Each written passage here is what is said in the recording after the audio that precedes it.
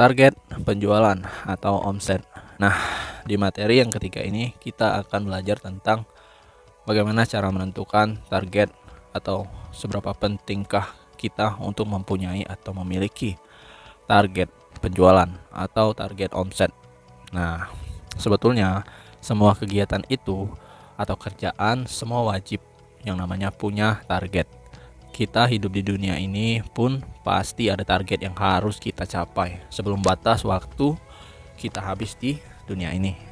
Nah, kita juga harus mempertanggungjawabkan apa yang telah kita lakukan di dunia ini, apakah bermanfaat atau sebaliknya. Begitu juga dengan kita dalam menjalankan suatu usaha atau dalam berjualan. Kita harus memiliki target dan menentukan target penjualan berapa yang harus di closingkan dalam waktu 1 bulan atau 1 tahun. Nah, sebenarnya kalian pun juga dengan mengikuti kelas ini, kalian juga harusnya punya target atau goal yang harus kalian dapati dari kalian mengikuti kelas ini. Setidaknya paling tidak target kalian bisa memahami tentang bagaimana caranya berjualan di online, dan juga itu akan membuat penjualan kalian terutamanya di online itu menaik atau meningkat. Nah, oke. Tiada hari tanpa closing. Hal ini bisa tercapai jika target omset yang jelas setiap tahunnya. Jika kita ada target omset yang jelas setiap tahunnya. Nah, target tahunan itulah yang akan kita pecah menjadi target bulanan, kemudian kita pecah lagi menjadi target harian. Tujuannya adalah target tahunan. Tapi untuk kita mencapai angka 1 tahun itu, kita harus tahu dulu dalam target bulanannya harus berapa kita melakukan penjualan, sehingga tercapailah target penjualan atau target omset yang sudah kita tentukan di awal untuk tahun ini berapa. Nah, jika dalam menargetkan saja kamu tidak bisa atau kalian tidak mau, ya bagaimana mungkin kita bisa mencapai suatu impian yang sudah kita tulis di awal materi tadi. Tentukan target penjualan atau omsetmu sekarang juga. Jika kawan-kawan benar-benar ingin agar penjualan kawan-kawan naik cepat, sering sekali kita temukan di lapangan banyak mereka yang berjualan hanya berdasarkan beberapa hal ini, khususnya dropshipper atau reseller. Biasanya mereka itu berjualan kalau lagi mood baru mau jualan, kalau lagi ada waktu senggang baru jualan, kalau lagi ada promo dari supplier baru jualan, kalau lagi butuh uang baru jualan. Nah, otomatis ya target yang sudah mereka tentukan ya tidak tercapai, atau target dari suppliernya tidak tercapai. Soalnya kawan-kawan juga mereka yang dropshipper yang lalai itu tidak menentukan targetnya. Pentingnya punya target adalah untuk memotivasi atau membuat kita semangat dalam berjualan. Nah, oke, hal tersebutlah terkadang membuat kita tidak konsisten dalam jualan. Penghasilan kita akan tidak stabil, kadang ada kadang tidak. Kasian loh sebenarnya sama konsumen kita yang sudah jadi langganan kita. Misal hari ini dia mau order, malah si penjualnya lagi nggak jualan dikarenakan penjualnya nggak mood. Ya otomatis kalau seperti ini terus, konsumen kita atau pelanggan kita akan kabur ke kompetitor. Nah, jadi kalau bisa kawan-kawan hindari hal-hal tersebut, seperti kalau mau jualan itu kalau lagi mood saja baru jualan, kalau lagi ada waktu senggang baru jualan, kalau lagi ada promo dari supplier baru jualan, kalau lagi butuh uang baru jualan.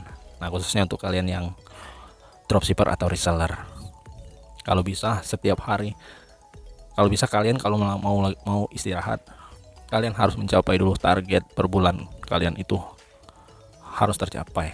Nah, sesudah itu kalian bisa refreshing. Biasanya kalau kita jualan itu tergantung mood atau tergantung keadaan, ya hasilnya pun juga akan tergantung keadaan dari si penjualnya. Nah, oke. Kunci sukses seorang penjual adalah konsisten dalam menentukan target omset. Saat target pertama tercapai, kemudian membuat target omset baru yang lebih tinggi lagi. Jika belum tercapai, kita bisa evaluasi kenapa kita pada bulan ini tidak mencapai target yang sudah kita tentukan. Apa kendalanya, atau apakah prospek kita sudah habis, atau dan lain sebagainya. Pada materi ini saya akan dorong kawan-kawan agar bisa konsisten dalam berjualan. Nah, itu akan memudahkan kawan-kawan. Saya ada punya beberapa pertanyaan yang akan memudahkan kawan-kawan dalam menentukan target. Nah, jadikan pertanyaan ini sebagai titik balik bisnis yang sedang kawan-kawan jalani saat ini. Ada 12 pertanyaan yang harus kawan-kawan jawab dan kawan-kawan catat di buku catatan kawan-kawan. Oke, pertanyaan pertama, berapa target omset kawan-kawan tahun ini? Target omset kawan-kawan tahun ini, kawan-kawan ingin berapa? Misal angka 100 juta, misal. Kemudian pertanyaan kedua, berapa omset yang kawan-kawan dapatkan sampai saat ini? Pada tahun ini, sampai saat ini, di dalam tahun ini omsetnya berapa, dan di akhir tahun kawan-kawan ingin mencapai berapa. Ini nyambung ke pertanyaan nomor 1 tadi. Kemudian pertanyaan ketiga, kenapa kawan-kawan harus berkomitmen untuk mencapai bahkan melampaui target tersebut. Nah, kawan-kawan jelaskan kenapa kawan-kawan harus komitmen untuk mencapai target tersebut. Kemudian berapa persen keyakinan kawan-kawan bahwa target tersebut akan tercapai. Pertanyaan kelima, apa yang membuat kawan-kawan yakin dan apa yang membuat kawan-kawan tidak yakin. Nah, kawan-kawan jelaskan yang membuat kawan-kawan yakin dan yang membuat kawan-kawan tidak yakin. Nah, di situ nanti kawan-kawan bisa mencari solusinya. Kemudian pertanyaan keenam, sumber daya apa yang kawan-kawan butuhkan agar target tersebut benar-benar tercapai. Sumber daya ini bisa sumber daya manusia atau sumber daya lainnya yang dapat memacu atau meningkatkan omset kawan-kawan. Kemudian pertanyaan ketujuh, jika harus dipecah dalam target bulanan, berapa target omset kamu setiap bulannya? Nah, dari omset tahunan tadi, kawan-kawan jadikan berapa per bulannya. Misal targetnya 100 juta, kawan-kawan bagi 12 karena bulan ada 12. Jadi di situ nanti akan ketemu target per bulannya itu dapat berapa, harus berapa.